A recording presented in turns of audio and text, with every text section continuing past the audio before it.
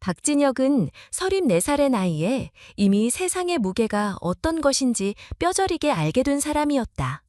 한때 그는 소방관으로 불길 속을 누비며 사람들을 살려내는 일을 자랑스럽게 여겼지만 1년 전 고향의 한 아파트 화재에서 아내를 잃고 난 이후 모든 것이 무너졌다. 그날 이후 그는 더 이상 구조라는 단어를 입에 올릴 수 없었고 자신이 지켜내지 못했다는 죄책감에 괴로워하며 소방서를 떠났다. 남겨진 것은 어린 딸 민서뿐이었다. 3살 배기 아이를 지키기 위해 그는 아무 일이나 닥치는 대로 해야 했다. 건설 현장에서 막노동을 하고 편의점 야간 근무를 서고 때로는 배다리를 뛰며 겨우 생계를 이어갔다. 하루하루가 버거웠지만 멈출 수는 없었다. 아이는 그를 필요로 했고 그 사실 하나가 그를 붙잡았다. 그날 밤도 그는 야간 근무를 마치고 아이를 품에 안은 채 귀가 중이었다. 늦은 시간이라 주변은 한산했고 한강을 가로지르는 마포대교 위에는 간간히 찻소리만 울려 퍼졌다. 그는 늘 그렇듯 지친 몸으로 발걸음을 옮기며 내일의 일정과 남은 돈을 계산했다. 전기요금 고지서, 분유값, 월세, 빚 독촉 문자까지 머릿속은 늘 계산표로 가득 차 있었다. 그럼에도 그는 아이의 숨결을 느낄 때마다 하루를 버틸 이유가 충분하다고 되뇌었다. 아내를 잃은 뒤 무너질 수밖에 없었던 자신을 다시 세워준 건 아이의 존재였다. 그러던 순간 그의 시야에 이상한 장면이 들어왔다. 다리 끝자락 난간 위에 한 여자가 서 있었다. 자세히 보니 신발도 신지 않은 채였다. 젖은 머리칼이 흔들리고 얇은 원피스가 달라붙어 있었다. 그녀는 마치 세상과 단절된 사람처럼 서 있었고 주변의 모든 소리를 지워버린 듯한 공허한 분위기를 풍겼다. 진혁은 직감적으로 알았다. 그녀는 곧 뛰어내릴 준비를 하고 있다는 것을. 그의 가슴은 요동쳤다. 1년 전 자신의 삶이 무너졌던 순간이 겹쳐 보였다. 아내가 불길 속에 갇혔을 때 그는 아무것도 하지 못한 채 무너져 내렸다. 그리고 남겨진 아이를 안고 멍하니 앉아있던 그날의 기억이 떠올랐다. 만약 민서가 없었다면 자신도 저 자리에서 저 여자처럼 삶을 포기했을지도 모른다. 그렇기에 눈앞의 상황을 외면할 수 없었다. 그는 서둘러 그녀에게 다가갔다. 그 순간 여자의 발이 미끄러지듯 앞으로 기울어졌다. 본능적으로 손을 뻗은 그는 그녀의 손목을 붙잡았다. 차가운 빗물에 미끄러진 살결이었지만 그는 절대로 놓을 수 없었다. 아내를 잃었을 때처럼 또다시 누군가를 잃게 두고 싶지 않았다. 여자는 놀라움과 공포 속에서 울음을 터뜨렸다.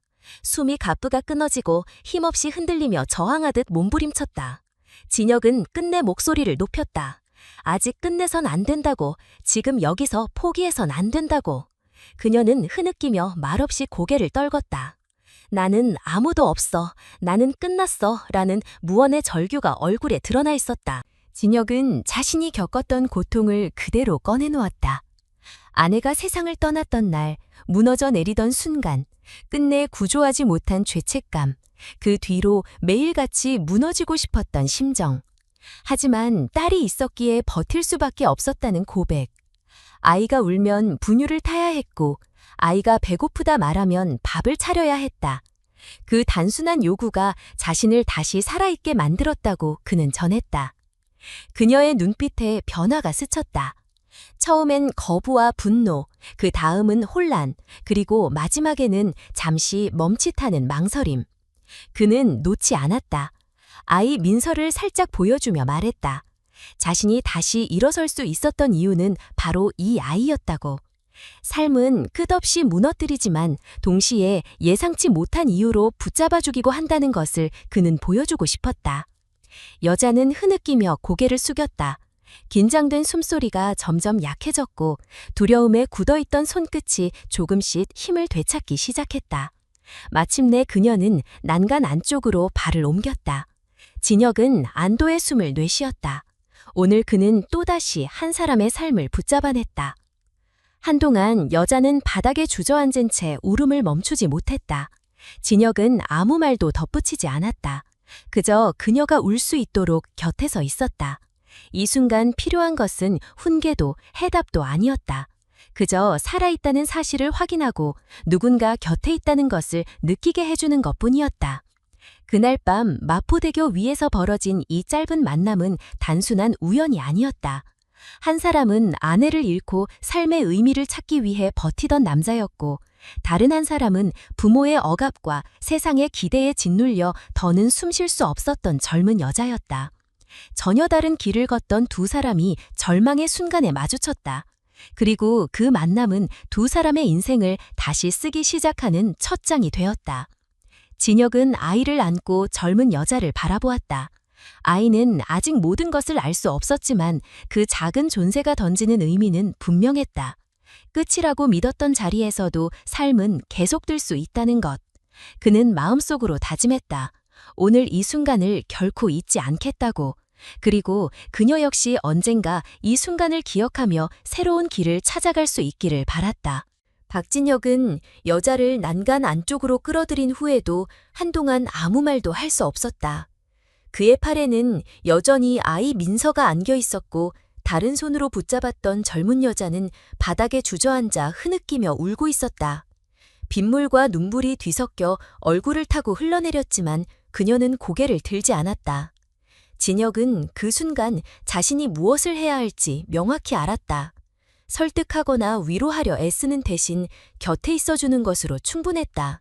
누군가 옆에 있다는 사실만으로도 사람은 버틸 수 있다는 것을 그는 이미 경험으로 알고 있었다.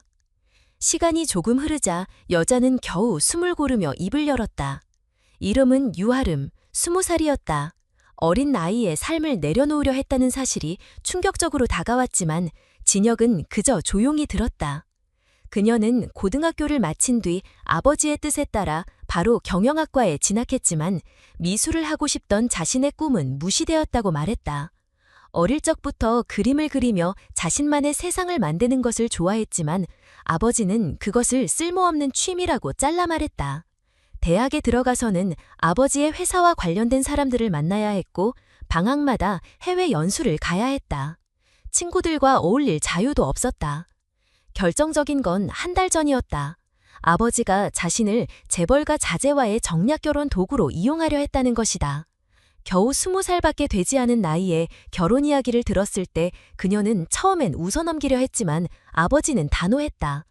회사의 미래를 위해서는 불가피한 선택이라며 반항하면 모든 것을 잃을 거라고 했다. 집, 학비, 이름, 계좌에 있던 돈까지 전부 끊어버리겠다고 했다. 그 협박은 너무 구차적이었고 그녀는 진심이라는 걸 느꼈다. 그녀는 결국 그날부터 집을 뛰쳐나왔다. 하지만 갈 곳이 없었다. 친구들에게 도움을 청하려 했지만 대부분은 아버지와 얽혀있는 인맥이었고 연락을 하는 순간 위치가 드러날까 두려웠다. 며칠 동안 찜질방을 전전하고 가진 돈을 다 쓰고 나니 스스로도 점점 무너졌다. 더 이상은 어디에도 자신이 설 자리가 없다고 느꼈고 결국 마포대교까지 걸어온 것이다. 진혁은 그의 이야기를 묵묵히 들었다. 그의 가슴속에도 불길한 기억이 되살아났다. 아내가 마지막 순간 전화를 걸어왔던 날, 계단으로 내려가고 있다던 목소리, 이어진 정적, 그리고 무너져 내린 건물.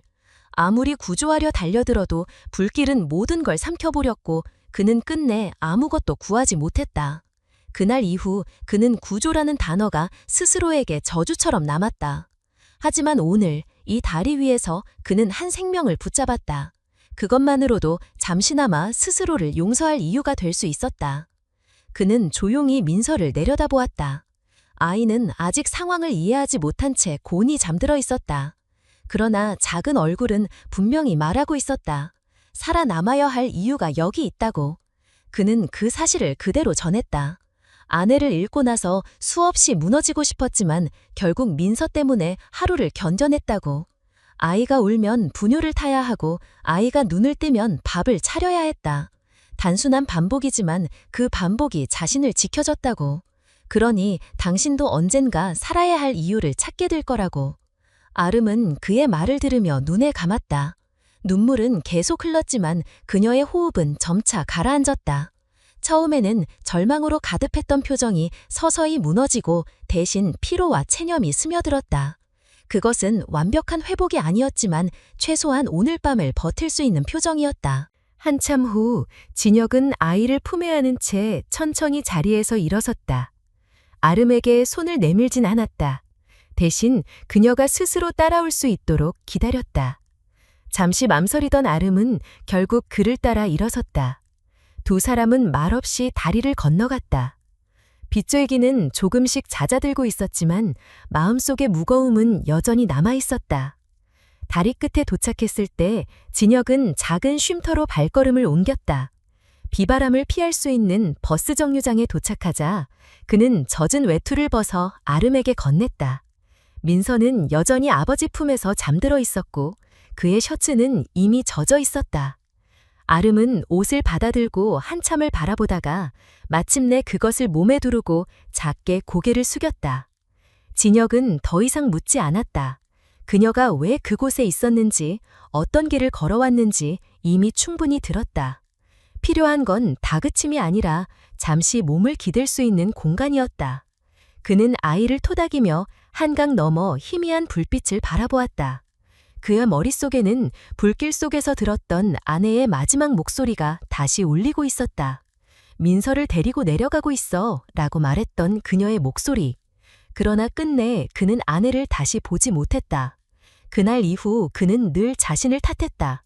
동료들은 그 누구의 잘못도 아니라고 했지만 그는 받아들일 수 없었다. 그래서 그는 소방복을 벗었고 과거를 버리고 하루벌이 노동자가 되었다. 죄책감과 함께 살아가야 하는 삶이었지만 아이가 있었기에 그는 하루를 붙잡았다. 이제 그는 눈앞에 젊은 여자를 보았다. 그녀의 얼굴에는 자신이 몇 년 전 겪었던 공허가 고스란히 담겨 있었다. 그 순간 그는 깨달았다. 자신이 살아온 지난 시간이 헛되지 않았음을. 그 고통이 오늘 그녀를 붙잡을 힘으로 이어졌다는 사실을. 정적 속에서 아름이 조용히 입을 열었다. 어머니가 6살 때 교통사고로 세상을 떠났다고 했다. 그녀에게 어머니는 세상의 전부였는데 이후 아버지는 회사에만 몰두하며 차갑게 변했다. 언제부턴가 집은 집이 아니라 사무실의 연장이 되었고 그녀는 철저히 아버지의 계획 속 도구로 길러졌다. 자신이 무엇을 원하는지는 아무도 묻지 않았다고 했다. 진혁은 그 말에 깊이 공감했다. 세상이 원하는 대로 살아야 한다는 압박. 그것은 직업을 이룬 뒤 매일 그가 느끼던 감정이기도 했다. 그는 낮은 목소리로 말했다. 누구에게나 아픈 자리가 있고 그 고통은 누구의 배경이나 신분과 상관없이 똑같이 날카롭게 파고든다고. 사람들은 흔히 가진 것을 비교하며 너는 괜찮을 거라 말하지만 마음의 상처는 결코 그렇게 단순하지 않다고. 아름의 눈에 다시 눈물이 고였다. 하지만 이번에는 절망의 눈물이 아니었다. 누군가가 자신의 고통을 이해한다고 말해준 순간 그녀의 마음속에 아주 작은 불씨가 생겨난 듯했다. 아직 희망이라 부를 수는 없지만 최소한 살아야 할 이유를 잠시 떠올리게 하는 불씨였다. 진혁은 그 불씨가 꺼지지 않도록 바라만 보았다. 더 이상 말하지 않아도 충분했다. 그와 아이 그리고 젊은 여자가 함께 서 있는 이 순간 자체가 증거였다. 누군가 곁에 있다는 것. 그리고 여전히 숨을 쉬고 있다는 것. 그것만으로도 오늘 밤은 살아갈 수 있었다. 그는 알았다. 오늘의 만남은 앞으로 이어질 이야기를 예고하는 시작이라는 것을. 자신과 아이, 그리고 이 젊은 여자의 인생은 이제부터 예상치 못한 방식으로 엮이게 될 것이었다. 하지만 지금은 그저 한 가지 사실만이 분명했다. 포기하려 했던 누군가가 다시 살아남았다는 것. 그리고 자신이 그 순간 그 자리에 있었다는 것. 그것이면 충분했다. 박진혁은 그날 이후에도 여전히 매일을 버티듯 살아갔다. 아이를 키우기 위해 그는 새벽에 일어나 공사 현장으로 나갔고 저녁에는 편의점에서 진열과 청소를 도맡았다. 하루의 대부분은 땀과 피로 그리고 걱정으로 채워졌다. 그러나 그는 다리 위에서 마주친 젊은 여자를 잊을 수 없었다. 이름조차 확실히 알지 못했지만 그 눈빛과 울음 그리고 흔들리던 목소리는 마음에 깊게 남아 있었다. 혹시 다시 극단적인 선택을 하진 않았을까? 혹시 지금은 어디서 어떻게 지내고 있을까 하는 생각이 자꾸만 떠올랐다. 그는 자신의 힘으로 지켜내지 못한 아내의 기억과 겹쳐지며 죄책감을 더 키웠다. 그러던 어느 날 그는 공사 현장에서 큰 사고를 당했다. 녹슨 볼트가 풀리며 철제 구조물이 무너졌고 그는 그대로 바닥으로 떨어졌다. 정신을 차렸을 때는 이미 병원 침대 위였다. 갈비뼈가 부러지고 손목이 골절되었으며 뇌진탕까지 있었다. 의사는 그가 살아있는 것만으로도 기적이라 말했다. 아이 민서는 지인의 집에서 잠시 돌봐주고 있었다. 진혁은 통증 속에서 며칠을 누워 보내며 자책과 불안을 동시에 느꼈다. 아내를 잃고 아이를 홀로 키우는 자신이 이제는 몸까지 다치게 되었으니 도대체 앞으로 어떻게 살아가야 할지 막막했다. 그때 병실 문이 열리고 뜻밖의 사람이 들어섰다. 깔끔한 코트를 걸친 젊은 여사가 꽃다발을 들고 서 있었다. 한순간 그는 눈을 의심했다. 바로 그날 다리 위에서 붙잡았던 여자 유아름이었다. 그녀는 조심스럽게 미소를 지으며 다가왔다. 그는 놀란 눈으로 바라보다가 가까스로 이름을 불렀다. 정말 다시 만날 거라 생각하지 못했던 그녀가 눈앞에 있었다. 아름은 잠시 침묵하다가 자신이 누구인지 정확히 밝혔다. 아버지는 강남의 대형 부동산 회사를 이끄는 재벌 회장 유성재였고 그녀는 그의 외동딸이었다. 세상 사람들이 부러워하는 배경을 가졌지만 정작 자신의 삶은 철저히 통제와 계획에 묶여 있었다. 그녀는 진혁에게 말했다. 그날 이후 집으로 돌아갔지만 결국 견디지 못하고 다시 나왔다고. 누군가 자신을 붙잡아 주었다는 기억이 계속 떠올랐고 그 덕분에 다시 살고 싶다는 마음이 조금씩 생겨났다고. 그래서 이번에는 자신이 그를 찾아왔다고. 진혁은 아무 말도 하지 못했다. 그는 그동안 자신이 가진 건 아무것도 없다고 생각했다. 남은 건 빚과 피로 그리고 아이 하나뿐이라 여겼다. 그런데 그런 자신을 이 젊은 여자가 다시 찾아왔다. 그것은 이해할 수 없는 일이었지만 동시에 가슴 깊숙이 울림을 주었다. 아름은 병원에서 자주 그를 찾아왔다. 과자를 사오기도 하고 아이 민서를 돌봐주기도 했다. 민서는 금세 그녀에게 마음을 열었다. 엄마의 부재로 늘 허전해하던 아이에게 아름은 따뜻한 언니처럼 다가왔고 함께 그림을 그리며 시간을 보냈다. 진혁은 그런 모습을 보며 이상한 안도감을 느꼈다. 세상에서 가장 소중한 아이가 누군가의 품에서 웃고 있다는 것만으로도 위로가 되었다. 며칠이 지나며 진혁과 아름은 조금씩 서로의 이야기를 더 나눴다. 아름은 아버지의 강압과 집안의 계획 속에서 얼마나 숨막히게 살아왔는지 털어놓았다. 그녀는 자신의 인생이 아니라 아버지의 사업을 위한 수단으로 취급되었고 그 속에서 점점 자기를 잃어갔다고 했다. 그림을 그리고 싶었던 마음, 엄마와 함께 걷던 추억, 자유롭게 웃고 싶던 순간들이 모두 억눌려 있었다. 그 모든 것이 무너져 결국 다리 위에 서게 된 거라고. 진혁은 조용히 고개를 끄덕였다. 그는 말하지 않아도 이해했다. 상실의 무게는 다르지만 그 끝에 찾아오는 공허함은 누구에게나 같았다. 자신은 아내를 잃고 무너졌고 그녀는 엄마를 잃고 삶을 빼앗겼다. 서로 다른 길을 걸어왔지만 결국 같은 자리에서 마주한 것이다. 아름은 병원에 머무는 동안에도 그를 도왔다. 보험 처리 문제나 행정 서류 같은 것들을 함께 챙겨주었고 의사와 간호사에게 필요한 것들을 물어 정리해주기도 했다. 그는 혼자였기에 늘 모든 걸 감당해야 했는데 오랜만에 누군가의 도움을 받는다는 것이 낯설면서도 따뜻했다. 진혁은 여전히 경계심을 놓지 않았다. 그녀가 재벌가의 딸이라는 사실은 자신과 너무도 거리가 멀었기 때문이다. 하지만 그녀가 보여주는 태도는 계산이나 위선이 아니었다.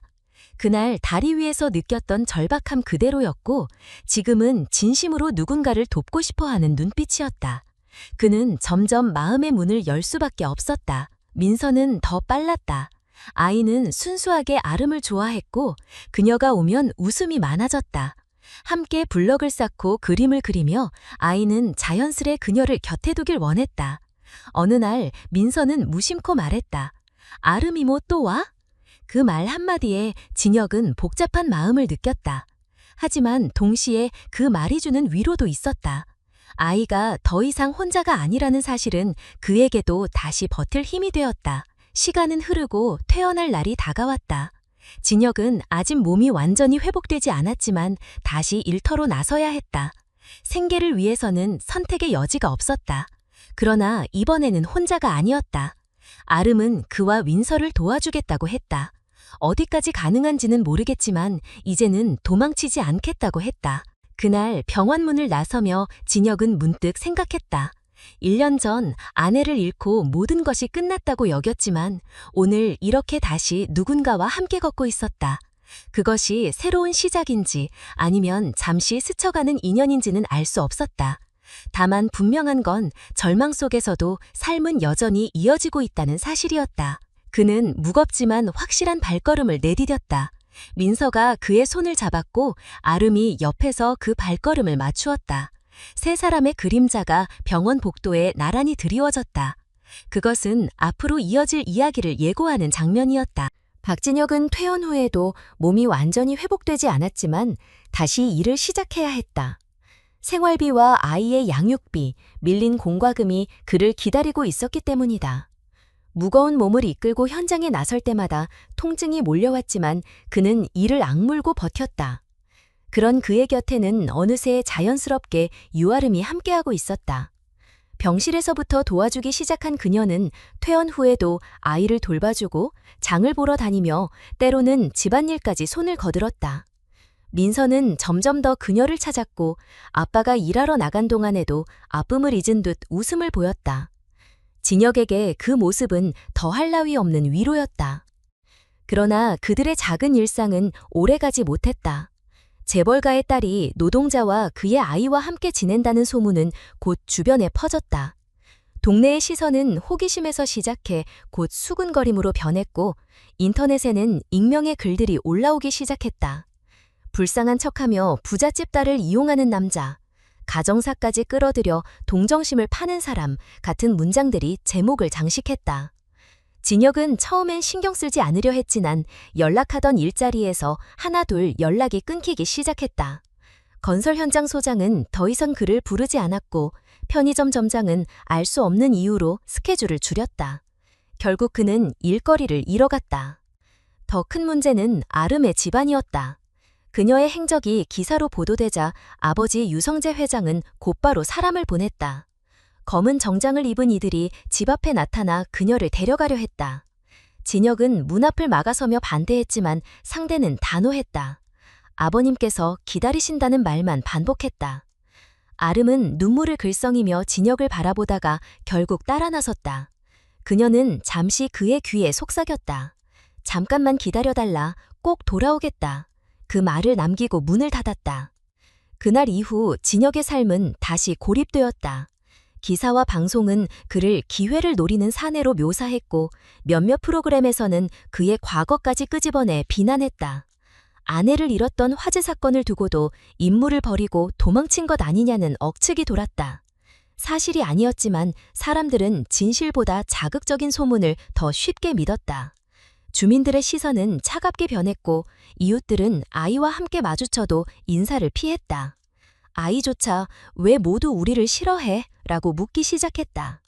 진혁은 아무 대답도 하지 못했다. 한편 아름은 강남의 대저택으로 다시 끌려갔다. 그녀의 아버지는 분노에 차 있었고 언론의 소란이 가문의 명예를 더럽혔다고 소리쳤다. 아버지의 시선에는 걱정이 아닌 체면과 사업만이 담겨 있었다. 아름은 그에게 말했다. 나는 아빠의 회사가 아니라 나 자신으로 살고 싶다. 그러나 돌아온 것은 차가운 목소리였다. 네가 누구와 있든 상관없다. 하지만 우리 이름을 더럽히는 일은 용납하지 않겠다. 그는 딸을 집안에 가두듯 통제했고 외부와의 연락을 철저히 차단했다. 아름은 벽에 가로막힌 채 며칠을 보냈다. 휴대전화는 압수당했고 창문 너머로 보이는 도시의 불빛만이 바깥 세상과 연결된 유일한 통로였다. 그녀는 매일 진혁과 민서를 떠올렸다. 좁은 월세방이었지만 그곳에서는 오랜만에 숨을 쉴 수 있었고 아이의 웃음은 자신을 살아있게 만들었다. 그러나 아버지의 집은 화려했지만 차갑고 끝없는 통제 속에서 자신은 다시 사라져갔다. 결국 그녀는 결심했다. 이렇게 갇혀 있을 수는 없었다. 스스로 선택하지 않으면 평생 다른 이의 삶을 살아야 한다는 것을 깨달았다. 밤이 깊어 모두가 잠든 시각, 그녀는 몰래 문을 나섰다. 가볍게 챙긴 가방 하나와 떨리는 발걸음으로 비상계단을 내려왔다. 경비와 감시를 피해 겨우 집을 빠져나왔을 때 그녀의 심장은 거세게 뛰고 있었다. 하지만 두려움보다 간절함이 더 컸다. 돌아가야 할 곳이 있었기 때문이다. 진엽은 그날도 집안에서 아이를 안고 앉아 있었다. 온종일 연락이 닿지 않아 마음은 무겁게 가라앉아 있었다. 아이는 아름이모 언제 와? 라고 되물었지만 그는 답하지 못했다. 그때 문을 두드리는 소리가 들렸다. 문을 열자 젖은 머리와 떨리는 눈빛을 가진 아름이 서 있었다. 그녀는 숨을 고르며 말했다. 이제 도망치지 않겠다. 모든 걸 버리더라도 나답게 살겠다. 다시 나를 받아줄 수 있겠느냐. 진혁은 한동안 아무 말도 하지 못했다. 그러나 아이가 그녀를 보자마자 웃으며 손을 뻗었고 그 순간 그는 결심했다. 더 이상 그녀를 밀어내지 않겠다고. 아름은 아이를 품에 안으며 울음을 터뜨렸다. 세 사람은 작은 방 안에서 다시 마주했고 비록 세상은 그들을 비난했지만 서로의 존재만으로 버틸 힘을 얻었다. 그날 밤 진혁은 처음으로 미래를 생각했다. 여전히 불안하고 앞길은 막막했지만 한 가지는 분명했다. 혼자가 아니라는 사실. 아이와 함께 그리고 이제는 아름과 함께 그는 다시 일어설 수 있을지도 몰랐다. 박진혁의 삶은 다시 무너질 듯 흔들렸지만 이번에는 곁에 아름이 있었다. 세상은 여전히 차갑게 그들을 바라보았고 인터넷 기사와 방송은 악의적인 해석으로 가득했다. 사람들은 그가 가진 진실에는 관심이 없었고 그저 눈길을 끌만한 이야기만을 소비했다. 그러나 그 작은 집안에서는 전혀 다른 풍경이 이어지고 있었다. 아이 민서는 날마다 밝은 웃음을 보여주었고 아름은 집안일을 돕거나 아이와 함께 시간을 보내며 조금씩 제자리를 찾고 있었다. 두 사람의 상처는 쉽게 치유되지 않았지만 서로 곁에 있다는 사실 하나만으로도 삶을 붙잡을 힘이 생겼다. 아름은 스스로를 증명하고 싶었다. 아버지의 집을 버리고 나왔다는 것은 단순한 반항이 아니라 자신의 삶을 선택한 것이었다. 그래서 그녀는 가장 먼저 스스로 돈을 벌기로 결심했다. 그동안 경험해본 것은 학업과 회사 인턴 정도뿐이었지만 이제는 직접 발로 뛰어야 했다. 작은 카페에 찾아가 일자리를 구했고 처음에는 손에 익지 않아 서툴렀지만 곧 적응해갔다. 하루 종일 서서 주문을 받고 청소를 하며 손은 거칠어졌지만 그녀는 오히려 그것에서 자유를 느꼈다. 돈을 번다는 것보다 스스로 무언가를 선택하고 책임진다는 감각이 소중했다. 진혁도 다시 일거리를 찾기 시작했다. 사고 이후 몸이 완전히 회복된 것은 아니었지만 그는 포기하지 않았다. 아침에는 건설 현장에서, 저녁에는 물류센터에서 짐을 나르며 조금씩 돈을 모았다. 집에 돌아오면 지쳐 있었지만 아이와 아름이 있는 공간은 그의 마음을 따뜻하게 덮어주었다. 예전에는 아무도 기다려주지 않는 집으로 돌아가는 것이 두려웠지만 이제는 그 두 사람이 그의 이유가 되었다. 시간이 흐르며 세 사람은 조금씩 새로운 생활 리듬을 만들어갔다. 아침에 함께 밥을 먹고 낮에는 각자의 일을 하러 나가고 저녁이면 다시 모였다. 민서는 아름에게 그림을 보여주며 즐거워했고 아름은 아이의 작은 성취를 진심으로 기뻐했다. 진혁은 그 모습을 보며 마음속 깊이 감사했다. 아내를 잃은 뒤 처음으로 집안에 웃음이 가득 찼기 때문이다. 그러나 세상의 시선은 여전히 가혹했다. 언론은 끊임없이 그들의 이름을 거론했고 동네 사람들의 속삭임도 멈추지 않았다. 아이가 어린이집에 다니기 시작했을 때 일부 부모들은 은근히 불편한 기색을 드러냈다. 저 집은 좀 문제가 있더라 라는 말이 돌아왔고 진혁은 그 이야기를 들을 때마다 가슴이 무너졌다. 하지만 그는 결심했다. 더 이상 숨지 않겠다고. 아이와 아름 앞에서 부끄럽지 않은 아버지로 그리고 한 사람으로 살아가겠다고. 아름은 그런 그를 곁에서 지켜보며 오히려 더 단단해졌다. 그녀는 자신이 할 수 있는 방법을 고민했다. 언젠가 작은 공단이라도 마련해 사람들에게 따뜻함을 나눌 수 있다면 그것이 자신이 살아가는 이유가 될 수 있겠다고 생각했다. 어린 시절부터 꿈꾸었던 그림과 색채를 통해 사람들의 마음을 위로하고 싶었다. 그렇게 그녀의 머릿속에는 카페라는 그림이 그려지기 시작했다. 단순히 음료를 파는 곳이 아니라 삶에 지친 이들이 잠시라도 기대어 숨을 돌릴 수 있는 공간. 진영 역시 같은 꿈을 꾸게 되었다. 그는 수없이 무너졌던 경험을 통해 알았다. 사람이 다시 일어설 수 있는 힘은 누군가 곁에 있다는 단순한 사실에서 비롯된다는 것을. 그래서 아름이 말한 작은 카페의 구상에 고개를 끄덕였다. 돈은 턱없이 부족했지만 그는 스스로 목수처럼 나무를 다듬고 폐목재를 모아 가구를 만들 수 있었다. 아름은 틈틈이 그림을 그려 벽을 채우겠다고 했다. 민서는 천진난만하게 그 공간의 이름을 세컨드 찬스라고 불렀다. 아직 철자가 서툴러 발음조차 어눌했지만 그 말은 곧 그들의 꿈이 되었다. 그들은 밤마다 머리를 맞대고 계획을 세웠다. 아름은 카페에서 일하며 배운 경험을 나누었고 진혁은 건설 현장에서 익힌 기술로 공간을 꾸밀 방법을 고민했다. 종이에 하나하나 써내려가며 언젠가 그 계획이 현실이 될 거라 믿었다. 주변에서는 여전히 말도 안 된다는 시선을 보냈지만 그들은 신경 쓰지 않았다. 이미 세상은 충분히 가혹했기에 이제는 서로의 믿음만으로도 충분했다. 민서는 매일같이 우리 카페 언제 열어? 라고 물으며 설레했다. 아이의 순수한 눈빛은 그들에게 힘이 되었고 포기하지 않게 만드는 원동력이었다. 진혁은 잠들기 전마다 아내를 떠올리며 속으로 말했다. 당신이 보지 못한 미래를 내가 꼭 만들겠다. 그 약속은 이제 혼자가 아닌 세 사람의 것이 되었다. 세상은 여전히 차갑고 고단했지만 그들의 안에서는 다른 이야기가 자라고 있었다. 절망 속에서도 다시 시작할 수 있다는 믿음, 그리고 서로의 존재가 만들어내는 희망. 작은 방 안에서 태어난 그 꿈은 언젠가 사람들을 초대할 공간으로 자라날 준비를 하고 있었다. 그것은 단순한 생계의 수단이 아니라 살아남은 사람들이 만들어낸 두 번째 기회였다. 그날 밤 진혁은 일기를 쓰듯 낡은 노트에 한 문장을 적었다. 우리는 다시 시작할 수 있다. 그것은 그가 아름에게 전하고 싶은 말이자 아이에게 남기고 싶은 유산이었다. 아내를 잃고 무너졌던 시간이 이제는 새로운 길로 이어지고 있었다. 서로가 서로를 붙잡았기에 가능한 길이었다. 유아름은 더 이상 뒤로 물러설 수 없다는 걸 알고 있었다. 집으로 끌려갔을 때 아버지의 차가운 눈빛을 잊을 수 없었다. 그는 여전히 체면과 권력만을 입에 물리며 딸의 삶을 철저히 통제하려 했다. 집 밖으로 나가지 못하게 하고 연락을 차단하며 심지어 방까지 잠가버렸다. 아름은 그 안에서 며칠을 보냈다. 화려한 집안의 대리석 바닥과 호화로운 가구는 오히려 감옥처럼 느껴졌다. 자유가 없는 삶은 아무리 많은 것을 가져도 의미가 없다는 것을 그녀는 깨달았다. 밤이 깊어지자 아름은 조용히 집을 빠져나왔다. 가벼운 가방 하나만 들고 계단을 내려가며 가슴은 터질 듯 뛰었지만 더 이상 주저할 수 없었다.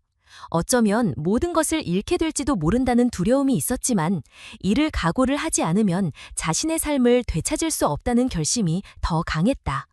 길게 이어진 어둠을 지나 다시 박진혁의 집에 도착했을 때 그녀는 한 번도 느껴보지 못한 해방감을 느꼈다.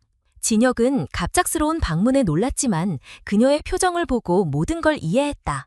더 이상 부유한 집안의 딸이 아니라 자신의 삶을 선택하려는 한 사람으로 서 있었다. 아름은 떨리는 목소리로 자신이 모든 걸 버리고 돌아왔음을 전했다. 아버지의 재산, 이름, 안전한 미래까지도 내려놓았다고 했다. 남은 건 두려움과 불확실함 뿐이지만 그래도 진정한 삶을 원한다고 말했다. 진혁은 아무 대답도 하지 않았지만 대신 문을 열어 그녀를 맞이했다. 아이 민서는 곤히 자고 있었지만 그녀를 보자마자 미소를 지으며 다시 잠에 빠졌다. 그 작은 모습은 세 사람에게 이미 가족이라는 사실을 확인시켜 주었다. 다음 날 아름은 아버지와 정면으로 마주하기 위해 법률사무소에 갔다. 재벌가의 이름과 재산을 포기한다는 결정을 직접 서명으로 남기기 위해서였다. 아버지는 말도 안 된다며 반발했지만 그녀는 흔들리지 않았다. 이제는 내 삶을 살겠다는 짧은 말과 함께 서류에 도장을 찍었다. 그 순간 그녀는 재벌가의 딸이라는 신분을 내려놓고 스스로의 이름으로만 서게 되었다. 모든 것이 단절된 후 아름은 생활을 새롭게 시작했다. 한동안 작은 카페에서 아르바이트를 하며 돈을 벌었고 손님을 맞이하고 커피를 내리는 일에 적응해갔다. 손끝이 거칠어지고 하루 종일 서 있어 다리가 아파도 그녀는 오히려 행복했다. 이제는 스스로 선택한 일이라는 자부심이 있었기 때문이다. 진혁은 건설 현장에서 일하며 조금씩 돈을 모았다. 몸은 여전히 완전히 낫지 않았지만 그는 포기하지 않았다. 민서를 위해 그리고 곁에서 함께하는 아름을 위해서라도 버텨야 했다. 두 사람은 밤마다 머리를 맞대고 미래를 계획했다. 비록 지금은 좁은 방에서 시작했지만 언젠가는 작은 가게를 열어 자신들만의 삶을 만들고 싶었다. 아름은 그림으로 벽을 채우고 싶다고 했고 진혁은 폐목재를 주어 가구를 만들 계획을 세웠다. 민서는 천진난만하게 세컨드 찬스라는 이름을 지어주며 들떠 있었다. 그 단어는 곧 그들의 희망이 되었다. 그러나 새로운 시작은 결코 쉽지 않았다. 세상은 여전히 그들을 비웃었고 주변의 시선은 차갑게 식지 않았다. 언론은 여전히 기사를 쓰며 아름이 집안의 이름을 버리고 노동자의 곁에 있다는 사실을 자극적으로 다뤘다. 진혁은 공사 현장에서 땀을 흘리며 일했지만 손에 쥐는 돈은 늘 부족했다. 그러나 두 사람은 포기하지 않았다. 서로의 상처를 감싸주며 한 발짝씩 앞으로 나아갔다. 아름은 다시 붓을 들었다. 어린 시절 엄마와 함께했던 시간들이 떠올랐고 색채는 그녀에게 다시 삶을 느끼게 했다. 그녀는 퇴근 후 집에서 그림을 그리며 민서와 함께 시간을 보냈다. 아이는 크레파스를 들고 서툴게 따라 그리며 즐거워했다. 진혁은 그런 모습을 지켜보며 자신이 잃었던 것들이 다시 돌아오고 있다는 확신을 얻었다. 어느 날 아름은 조용히 말했다.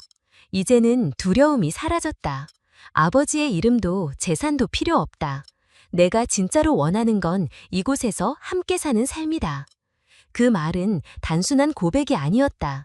그녀가 스스로 선택한 길의 선언이었다. 진혁은 깊은 숨을 내쉬었다.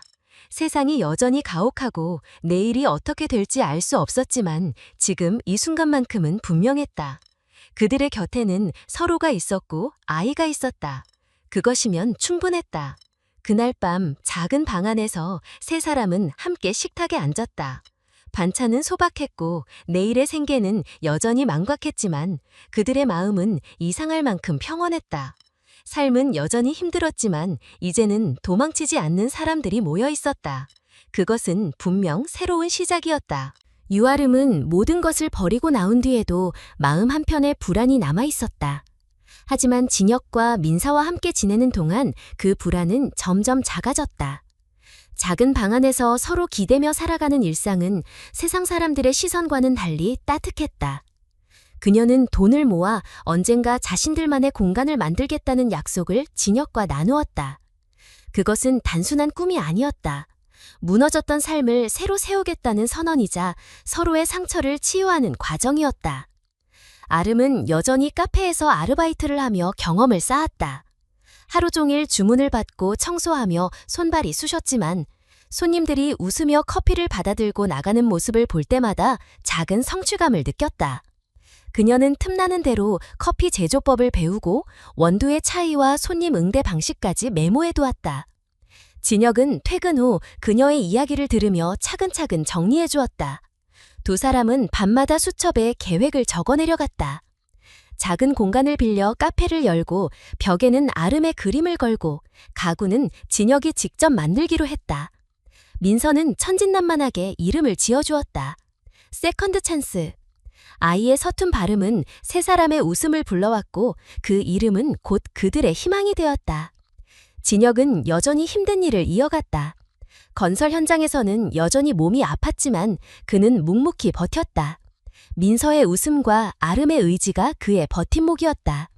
그는 남은 시간에 폐목재를 모아 직접 의자와 테이블을 만들었다. 손에 상처가 나고 옷이 해졌지만 그는 포기하지 않았다. 그 모든 수고가 언젠가 가족의 터전이 될 공간을 위한 것이라고 믿었기 때문이다. 시간이 흘러 드디어 작은 가게를 얻을 수 있었다. 홍대 근처의 낡은 점포였지만 그들에게는 세상에서 가장 소중한 공간이었다. 보증금은 지인들의 도움과 대출로 마련했고 인테리어는 모두 두 사람의 손으로 해냈다. 아름은 벽에 그림을 그리고 진혁은 낡은 나무를 다듬어 가구를 만들었다. 민서는 붓을 들고 벽에 작은 색깔을 칠하며 자신도 함께한다고 자랑스러워했다. 온 가족이 함께 만들어가는 카페는 그 자체로 두 번째 기회의 상징이었다. 드디어 가게 문을 열던 날 그들은 커다란 간판 대신 손수 쓴 작은 나무 팻말을 걸었다. 세컨드 찬스. 화려한 홍보는 없었지만 동네 사람 몇몇이 찾아왔고 따뜻한 커피와 소박한 빵을 맛보며 미소를 지었다. 소문은 천천히 퍼져나갔다. 이것은 단순히 커피를 파는 공간이 아니라 누구든 잠시 쉬어갈 수 있는 안식처라는 이야기가 전해졌다. 아름은 손님들과 자연스럽게 이야기를 나누며 자신의 상처를 숨기지 않았다. 누구나 아픔이 있고 그 아픔을 함께 나누는 곳이 바로 이 카페라고 말했다.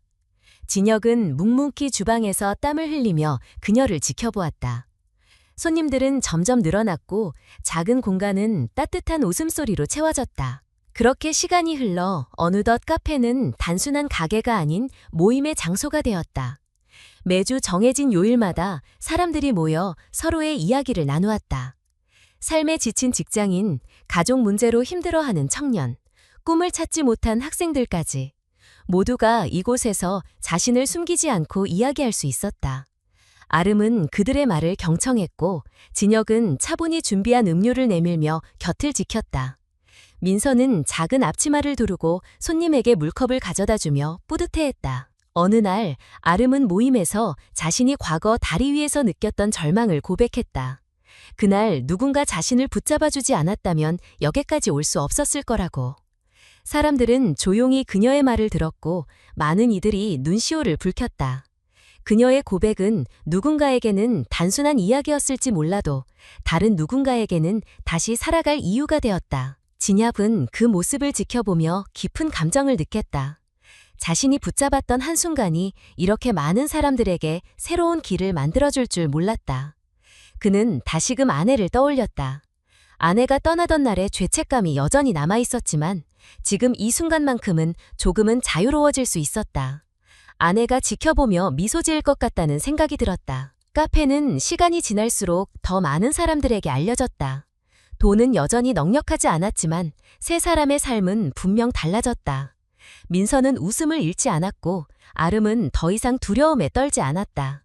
진혁은 여전히 힘든 노동을 했지만 이제는 지칠 때 기대어 쉴 수 있는 공간이 있었다.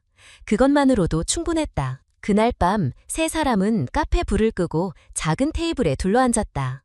하루 매출을 세며 웃었고 내일은 더 나아질 거라는 희망을 나눴다. 세상은 여전히 가혹했지만 그 안에서 그들만의 온기가 자라나고 있었다. 세컨드 찬스라는 이름 그대로 그들의 삶은 두 번째 기회를 향해 나아가고 있었다. 카페가 자리를 잡아갈수록 세 사람의 삶도 조금씩 안정되어 갔다. 하루하루 손님이 늘어났고 동네 주민들은 이제 수군거리제보다는 따뜻한 인사를 건넸다. 아이 민서는 늘 카페 한쪽에서 그림을 그리거나 손님에게 웃으며 말을 걸었고 손님들은 그 모습에 미소를 지었다. 카페의 수입은 넉넉하지 않았지만 서로가 함께 일하고 있다는 사실 하나만으로도 희망이 되었다. 어느 날 낯익은 정장을 입은 남자가 조용히 카페 안으로 들어왔다. 그는 사람들이 웅성거리는 사이 가장 구석자리에 앉아 있었다. 바로 유성재 회장이었다. 그는 말없이 커피 한 잔을 시키고는 한참 동안 아름과 민서를 바라보았다. 딸이 웃으며 손님을 맞이하고 아이가 그 곁에서 장난을 치며 뛰노는 모습은 그에게 낯설고도 따뜻한 장면이었다. 그는 아무 말도 하지 않은 채 자리를 떠나면서 기부함에 두툼한 봉투를 넣고 갔다. 아름은 그가 떠난 뒤 봉투를 발견했고 안에는 거액의 수표와 함께 짧은 메모가 있었다. 너의 색을 응원한다. 아버지. 아름은 오랫동안 그 글을 바라보다 눈물을 흘렸다. 시간이 흘러 카페는 지역사회에서 작은 쉼터로 자리매김했다. 매주 정해진 모임에서 사람들은 각자의 이야기를 나누었고 서로의 상처를 이해하며 위로했다. 대학생, 직장인, 이혼을 겪은 사람, 실직한 이들까지 누구든 들어와 앉아 자신의 이야기를 털어놓을 수 있었고 아름은 그들을 따뜻하게 맞이했다. 진혁은 묵묵히 커피를 내리며 그 공간을 지켰다. 사람들은 이곳을 단순한 카페가 아닌 두 번째 기회를 주는 장소라 불렀다. 1년이 지나 어느 봄날 카페는 특별한 날을 맞았다. 진혁과 아름이 결혼식을 올리기로 한 것이다. 화려한 호텔도 웅장한 예식장도 아니었다. 그들이 선택한 곳은 바로 마포대교였다. 한때 절망이 가득했던 그곳에서 새로운 삶을 약속하기로 했다. 다리 위에는 소박한 장식과 작은 꽃들이 놓였고 지인들과 카페 손님들이 모여 그들을 축복했다. 민서는 하얀 드레스를 입고 꽃다발을 들고 앞장을 섰다. 아름은 수수한 드레스를 입고 진혁 곁으로 걸어갔다. 그 순간 모든 사람들은 눈물을 흘리며 박수를 보냈다. 절망의 끝자락이었던 장소가 이제 희망의 시작이 되었기 때문이었다. 결혼식이 끝난 후 사람들은 카페로 자리를 옮겼다. 작은 공간이 웃음과 음악으로 가득 찼고 이곳을 찾은 손님들은 저마다 축하의 말을 전했다. 민서는 사람들 사이를 뛰어다니며 이제 우리 진짜 가족이에요 라고 외쳤다. 아름은 아이를 꼭 안으며 눈을 감았다. 진혁은 그 모습을 보며 가슴 깊은 곳에서 벅찬 감정을 느꼈다. 그날 저녁 카페 문이 닫히고 마지막 손님이 떠난 뒤 유성재 회장이 조용히 들어왔다. 그는 한참 동안 아무 말도 하지 않고 두 사람을 바라보다가 민서에게 작은 책을 건넸다. 표지에는 세컨드 찬스라는 제목이 적혀 있었고 안쪽에는 아이의 이름이 또렷이 쓰여 있었다. 그는 딸을 바라보며 짧게 말했다. 너는 이미 충분하다. 네가 만든 것이 진짜 유산이다. 아름은 아무 말도 할 수 없었고 눈물만이 흐를 뿐이었다. 아버지와 딸 사이에 오랜 벽이 있었지만 그 순간만큼은 서로를 이해했다. 세월은 그렇게 흘러갔다. 카페는 여전히 크지 않았지만 사람들에게는 특별한 의미를 가진 공간이 되었다. 힘든 하루를 마치고 찾아와 위로를 얻는 이들, 새로운 도전을 앞두고 용기를 얻는 이들, 그리고 단순히 따뜻한 커피 한 잔에 마음을 녹이는 이들까지. 모두에게 이곳은 삶의 무게를 잠시 내려놓을 수 있는 곳이었다. 어느 날 아름은 모임 자리에서 조용히 말했다. 저는 한때 이 다리에서 끝을 생각했어요. 하지만 누군가 제 손을 붙잡아 주었습니다. 그 덕분에 지금 여기 서 있습니다. 여러분도 마찬가지입니다. 누군가를 붙잡을 수도 있고 누군가에게 붙잡힐 수도 있습니다. 중요한 건 우리가 여전히 살아있다는 사실입니다. 사람들은 고개를 끄덕이며 눈물을 훔쳤다. 진혁은 그 말을 들으며 다시 아내를 떠올렸다. 그날의 죄책감은 여전히 완전히 사라지지 않았지만 이제는 다른 의미로 남아있었다. 그는 알았다. 자신이 붙잡지 못했던 생명 때문에 평생 괴로워했지만 오늘은 누군가의 생명을 붙잡아냈고 또 다른 삶을 만들어냈다는 것을. 그것이면 충분했다. 밤이 깊어 세 사람은 카페 불을 끄고 집으로 돌아왔다. 아이는 아빠 손을 잡고 다른 손으로 아름의 옷자락을 잡았다. 세 사람의 그림자가 길게 이어졌다. 진혁을 속으로 다짐했다. 우리는 끝이 아니라 새로운 시작을 선택했다. 삶은 여전히 쉽지 않았다. 그러나 서로의 곁에서 웃고 울며 버티는 이 길은 누구보다 값졌다. 절망의 끝자락에서 다시 시작할 수 있다는 사실, 그것이야말로 세상에서 가장 큰 기적이었다. 그리고 그 이야기는 이렇게 남았다. 어떤 다리는 누군가의 마지막이 될 수 있지만 누군가에게는 새로운 시작이 될 수도 있다는 것을. 중요한 건 포기하지 않는 마음, 그리고 누군가의 손을 붙잡아줄 용기였다. 그것이 인생의 두 번째 기회를 만들어낸다. 오늘 함께 해주신 모든 분들께 진심으로 감사의 인사를 드립니다. 오늘 나눈 이야기는 단순한 한 사람의 경험이 아니라 우리 모두가 살아가며 겪을 수 있는 아픔과 희망을 담고 있습니다. 절망 속에서도 포기하지 않고 누군가의 손을 붙잡을 수 있다는 사실, 그리고 작은 용기가 또 다른 삶을 만들어낼 수 있다는 교훈을 다시 한번 마음에 새기게 됩니다. 우리가 살아가면서 마주하는 어려움은 각자 다르지만 그 순간 누군가가 곁에 있어준다면 결코 혼자가 아니라는 것을 기억했으면 합니다. 서로의 아픔을 이해하고 작은 관심을 나누며 함께 걸어갈 때 비로소 세상은 조금 더 따뜻해질 수 있습니다. 오늘 이 이야기를 통해 여러분께도 작은 위로와 용기가 전해졌기를 바랍니다. 끝까지 들어주신 모든 분들께 감사드리며 앞으로도 이런 의미 있는 이야기를 함께 나눌 수 있도록 노력하겠습니다. 저희 채널을 응원해 주시려면 좋아요를 눌러주시고 느낀 점을 댓글로 남겨주시며 구독을 통해 앞으로의 이야기에도 함께 해주시면 큰 힘이 됩니다. 여러분의 응원과 관심이 더 많은 이들에게 희망을 전하는 길이 될 것입니다. 다시 한번 깊은 감사의 마음을 전합니다.